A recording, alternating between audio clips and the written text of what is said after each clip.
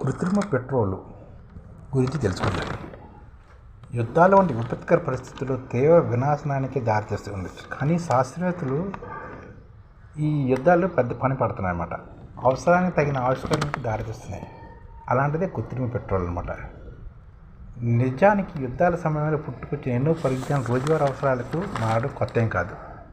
Microwave ఓవెన్లు, అంతర్జాలము, penicillin ఉత్పత్తి వంటివన్నీ ఇలాంటి యుద్ధాల వల్లే వచ్చాయి.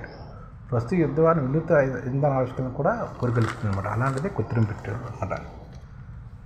కృత్రిమ పెట్రోల్ గురించి తెలుసుకుంటారు.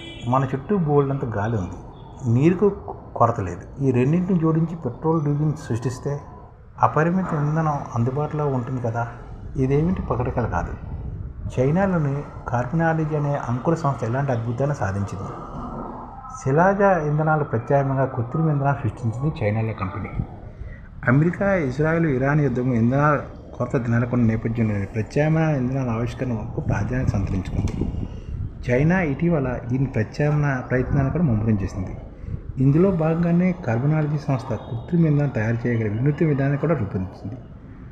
గాలి నుంచి సంకరించిన కార్బన్ డైఆక్సైడ్ నీటిని మేళవించి దీన్ని సాకారం చేసింది. నిజానికి గాలి నుంచి నేరుగా కార్బన్ డైఆక్సైడ్ను సంకరించడము చాలా కాలంగా పరిశోధన ప్రయత్నాలు కూడా జరుగుతున్నాయి. ఇప్పుడు ఇది ప్రయోగశాలను దాటుకుని ఆచరణీయ దశకు చేరుకుంది. అయితే సంకరించిన గ్రీన్హౌస్ వాయువులను చాలా వరకు నేల లోతుల్లో భద్రపరుస్తుంటారు. కానీ కార్బనాలజీ సంస్థ దీన్ని ఉపయోగకర ఇంధనంగా మార్చడం విశేషం. కృత్రిమ పెట్రోల్, డీజిల్ వంటి ఇంధనాన్ని మార్చడంలో పెద్దగా ముందడుగు వేస్తున్నట్టు జరుగుతుందన్నమాట. ఎలా తయారు చేస్తారంటే, ముందుగా నీటిని హైడ్రోజన్, ఆక్సిజన్ అణువులుగా విడగొడతారన్నమాట. వీటిని గాలి నుంచి సంకరించిన కార్బన్ డైఆక్సైడ్ సమ్మిళితం చేస్తారు. ముందుగా నీటిని హైడ్రోజన్, ఆక్సిజన్ అణువులుగా విడగొడతారు. వీటిని గాలి నుంచి సంకరించిన కార్బన్ డైఆక్సైడ్ సమ్మిళితం చేస్తారన్నమాట. అనంతరం పిక్చర్ టాప్స్ లేదా మెథనాల్ సింథసిస్ వంటి థర్మోకెమికల్ ప్రక్రియతో హైడ్రోకార్బన్ ఇంధనాలను పెట్రోల్, డీజిల్ తయారు చేస్తుంటారు. ప్రస్తుతం వాడుకలోని ఇంజిన్లోని ఈ కృత్రిమ ఇంధనాలు ఉపయోగించుకునే వీలుండడం గొప్ప విషయం. అంటే ఇంజిన్లకు మార్చాల్సిన అవసరం ఉందన్నమాట. ఈ విధంగా హైడ్రోజన్, ఆక్సిజన్ అణువుగా మార్చి గాలి నుంచి సంకరించిన కార్బన్ డైఆక్సైడ్ మిళితం చేసి థర్మోకెమికల్ ప్రక్రియలో హైడ్రోకార్బన్ ఇంధనాన్ని తయారు చేస్తారన్నమాట. దీనికి కృత్రిమ ఇంధనాలు సవాలు కూడా ఉన్నాయన్నమాట. కృత్రిమ పెట్రోల్కి కృత్రిమ ఇంధనాలు సృష్టించే ఇలాంటి పరిజ్ఞానం పెద్ద ఎత్తున విద్యుత్ అవసరమవుతుందని నిపుణులు కూడా చెప్తున్నారు. సంప్రదాయ పెట్రోల్ తయారీతో పోలిస్తే 4 గంటలు ఎక్కువ ఖర్చు అవుతుందని, పెద్ద ఎత్తున ఉత్పత్తి చేయడం కష్టమని కూడా వివరిస్తున్నారు.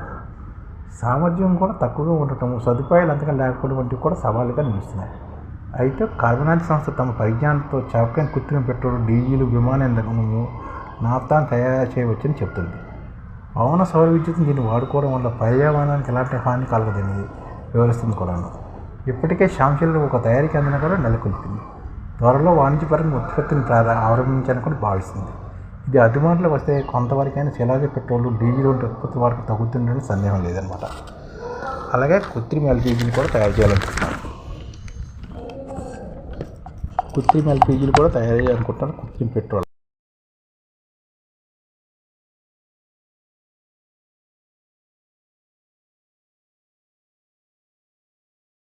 ఈ ఛానల్ ముఖ్య ఉద్దేశం ఏంటంటే, మన తెలుగు రాష్ట్రాల్లో 1 కోటి మందికి సంఘటిత రంగాల్లో ఏ విధంగా ఉద్యోగాలు ఇవ్వవచ్చు, కనీస నెల జీతం 30,000 వరకు ఏ విధంగా ఇవ్వవచ్చు, ఏ విధంగా చేస్తే ఉద్యోగాలు సృష్టించబడతాయో వివరిస్తూ ఈ ఛానల్ వీడియోలు వస్తాయి.